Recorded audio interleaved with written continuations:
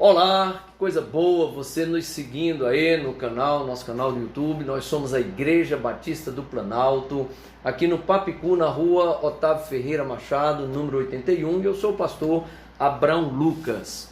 E eu queria levar para você um amigo meu, que você olhasse, visse, conhecesse um amigo, que é o Leonardo Bruno. Leonardo Bruno, hoje missionário, futuro pastor, e na verdade tem já uma experiência de vida na igreja. Desde 10 anos de idade começou a participar? Isso. Obrigado, pastor. Agradeço o privilégio de participar desse podcast. Muito honrado pelo convite e espero que honrar esse dia com o meu testemunho de vida, aquilo que Deus tem fazendo através da minha vida. Amém.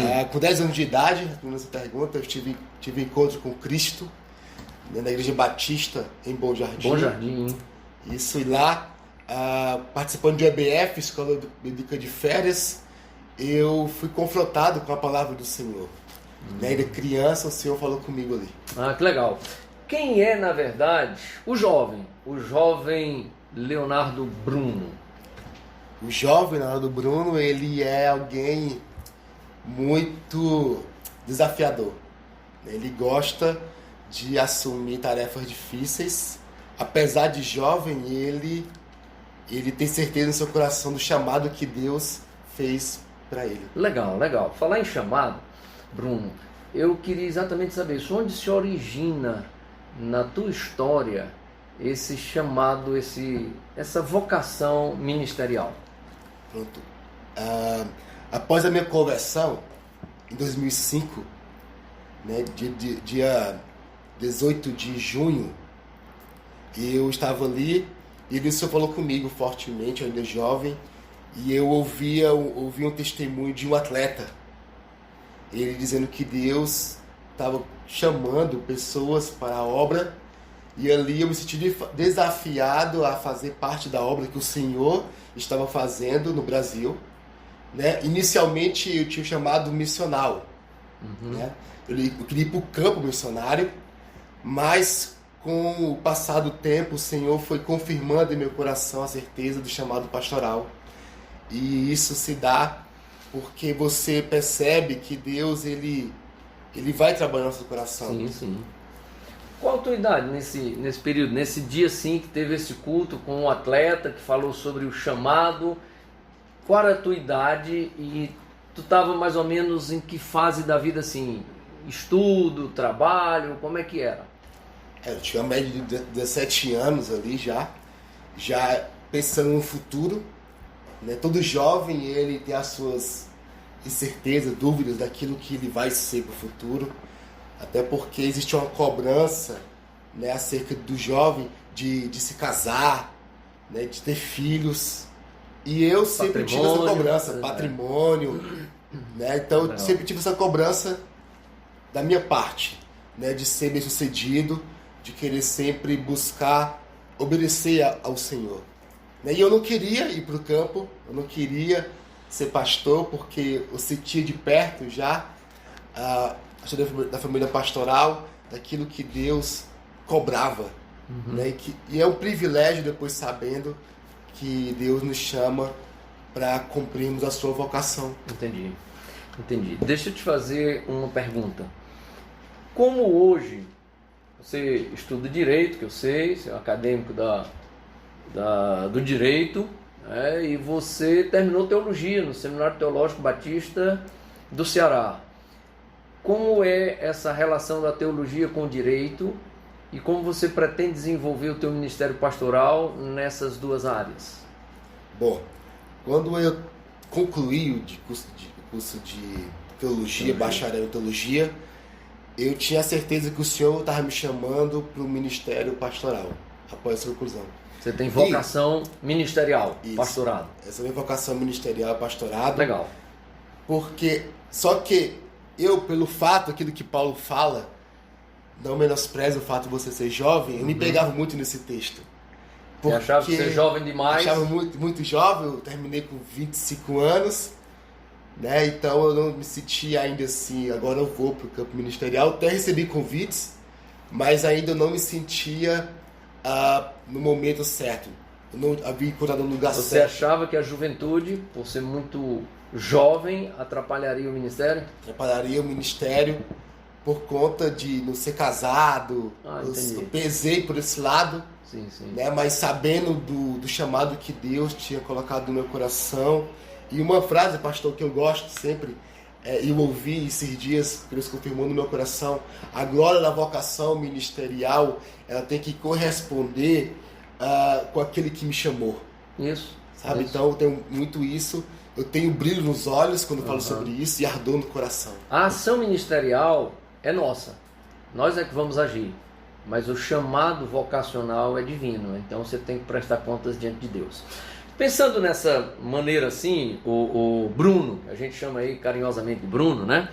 Como é que você entende o texto de Efésios 4:11? Vou ler para ti, pra você ter uma ideia. Ele diz exatamente assim. Efésios 4:11 diz: e ele mesmo, ele fala de Deus, a pessoa divina, o Senhor. Ele diz: e ele mesmo deu uns para apóstolos, e outros para profetas, e outros para evangelistas, e outros para pastores e doutores. Como é que você vê a ação de Deus no chamamento? Porque estudar teologia, qualquer pessoa pode estudar. Agora, ter a vocação e a certeza do chamado, do propósito divino para o ministério, aí é só diante de Deus. Como é que você entende o que Paulo estava dizendo àqueles crentes em Éfeso? Interessante, pastor, porque Paulo que está falando à igreja de Éfeso acerca dos dons, né, que cada um daqueles irmãos ali poderia exercer na igreja. Isso. E ali poderia ter, sim, apóstolos, né, profetas, evangelistas, pastores e mestres naquela igreja. E eu acredito que Deus tem um chamado particular para cada um dos irmãos que está dentro da igreja. Eu acredito que uns ele chamou para sair mesmo às ruas, né, ser um evangelista ali, sair das quatro paredes, sendo que isso é uma missão da igreja. Eu sei, mas eu quero ir no cerne da questão ministerial do pastorado. Certo? Você entende qualquer pessoa que termina teologia pode ser pastor? Não. Você entende qualquer pessoa, independente de ter feito teologia ou não, pode ser pastor? Não, o chamado pastoral é específico. Pronto, então vamos por esse âmbito. Qual a relação da pessoa, aí indivíduo, que tenha terminado ou não um curso de teologia, mas que tem o chamado pastoral? Como é que você entende isso? Entendo que você primeiro precisa buscar a convicção do seu chamado pastoral. Você precisa ter essa convicção para que depois de ter terminado o curso de teologia, o Senhor vai te designar ao campo do pastorado. Você acha que é fundamental uma pessoa vocacionada, depois ela procurar um curso de teologia, fazer uma faculdade teológica, um seminário teológico? É importante isso? Ou só o chamamento já faz? Sim, eu sou de uma linha em que você precisa se capacitar, né, para o chamado que o Senhor lhe deu. O Senhor não quer pessoas ali apenas porque tem o curso de teologia ou porque tem conhecimento da palavra, mas o Senhor quer pessoas que obedeçam ao chamado que Ele nos fez. As duas coisas são boas. Então, ter o chamado, prioritariamente, e depois ter um estudo, uma graduação. Você acha que quando Jesus sai do templo aos 12 anos e aparece ali nas cercanias do Jordão para ser batizado, esse lapso de tempo, ele estava nas escolas dos essênios? Sim, a Bíblia nos fala que ele estava ali porque era a cultura do judeu, está ali, ele criança, aprender. Aí a gente entra no seguinte termo, ou seja, a Bíblia nos fala, ela não nos fala expressamente isso, a gente entende pelo contexto histórico, né? Para que os nossos ouvintes tenham uma boa... É um contexto histórico de que, na verdade, Jesus estaria num mosteiro e talvez, não necessariamente aprendendo, porque ele era Senhor de todas as coisas, como seu lado divino, mas como uma história aí sim, do princípio judaico. Aos 12 anos ele era levado ao templo, depois ele tinha uma formação, e aí eu acho importante o pastor ter uma formação. Até para lidar com o público, né, com a igreja, com os irmãos, com as ovelhas, é importante. Deixa eu te fazer outra pergunta. Como é que você, um jovem, vai assumir uma igreja e trabalhar com a senhora de 70 anos de idade na sua igreja e vai trabalhar com uma criança de 9, 10 anos? Como é que é essa tua percepção? Bom, é um desafio, como eu já disse anteriormente, mas eu acredito que o Deus que chamou, Ele vai capacitar, né? Se Deus me chamou para estar naquele lugar ali e as pessoas que ali estão, eu vou conseguir. Então, eu acredito que esse é o grande desafio para um jovem pastor. Entendi. É conseguir dialogar com todas as gerações ali dentro. A gente pode mudar a forma de falar, só não pode mudar a mensagem. A mensagem tem que ser absolutamente a mesma, né? Você fala para uma criança que Deus é o Senhor e que nós somos servos, fomos comprados e lavados pelo sangue de Jesus. E você fala para uma pessoa idosa a mesma mensagem, talvez com a linguagem diferente. Correto, a linguagem precisa ser diferente para a criança. Você precisa ali conversar com a criança. Você precisa, para conseguir ganhar aquela criança, precisa estar na mesma altura que ela, né? Aí precisa, então, eu sempre me abaixo e converso com aquela criança, porque ela vai perceber que eu estou ali querendo entender ela. Isso. Estou querendo ouvir ela. Da mesma forma, um jovem, eu preciso entender o que ele tem no coração dele. Um jovem é cheio de incertezas, né? E gosta de desafios. Então eu vou apresentar ele desafios que a vida sempre apresentam. Mas está sempre monitorando dentro de um princípio, não só de administração eclesiástica, mas de um princípio bíblico, né? De moderação, de crescimento e amadurecimento espiritual. Você entende que os discípulos, já que Jesus era mestre, professor, que os discípulos estavam na escola do mestre Jesus e por isso eles depois saíram com a morte de Jesus e depois a sua ascensão aos céus, à destra do Pai? Você entende que aquele período de tempo de 3 anos foi a escola daqueles discípulos? Jesus ensinou, vocês vão ser pastores, vocês vão ser líderes, vocês vão ser apóstolos, vocês vão ser propagadores do reino. Então essa é a escola de vocês? Sim, com toda certeza.